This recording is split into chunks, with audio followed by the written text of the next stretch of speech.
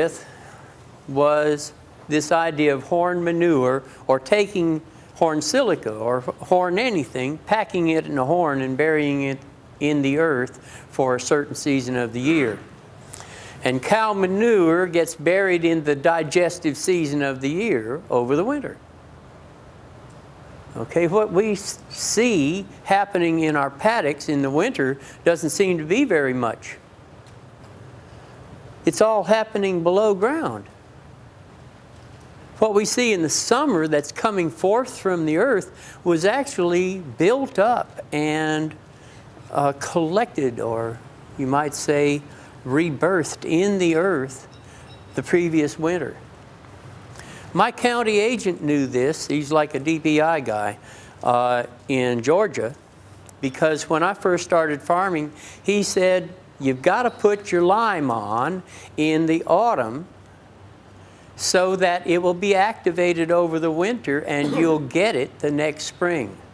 He says if you put it on in the spring, you won't get it that spring. It has to be activated within the earth over the winter.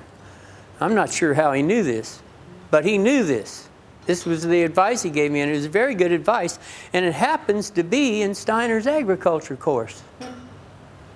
Now, he didn't read Steiner's agriculture course, I can be pretty sure, because it's bloody hard reading, and if you suffer from insomnia, it's a perfect cure. But nonetheless, it's the same sort of thing that Rudolf Steiner knew and put in his agriculture lectures, because what happens in the earth over the winter really gets that process that comes forth in the growth of plants. It gets it set up over the winter.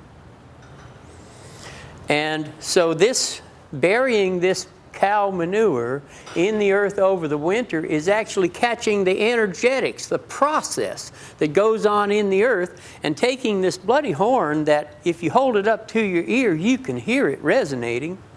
And he's packing it with cow manure and burying it in the earth over the winter, and it's resonating in there for 6 months or so. You got to know that it's picking up on the process that goes on in the earth at that time.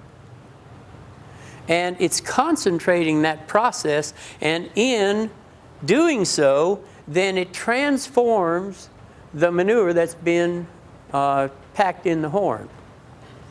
And you'll see this if you made horn manure, then, and I'd say Shane would have some with him. If you had horn manure, it's no longer manure. It's fully transformed into something that it has a very intense,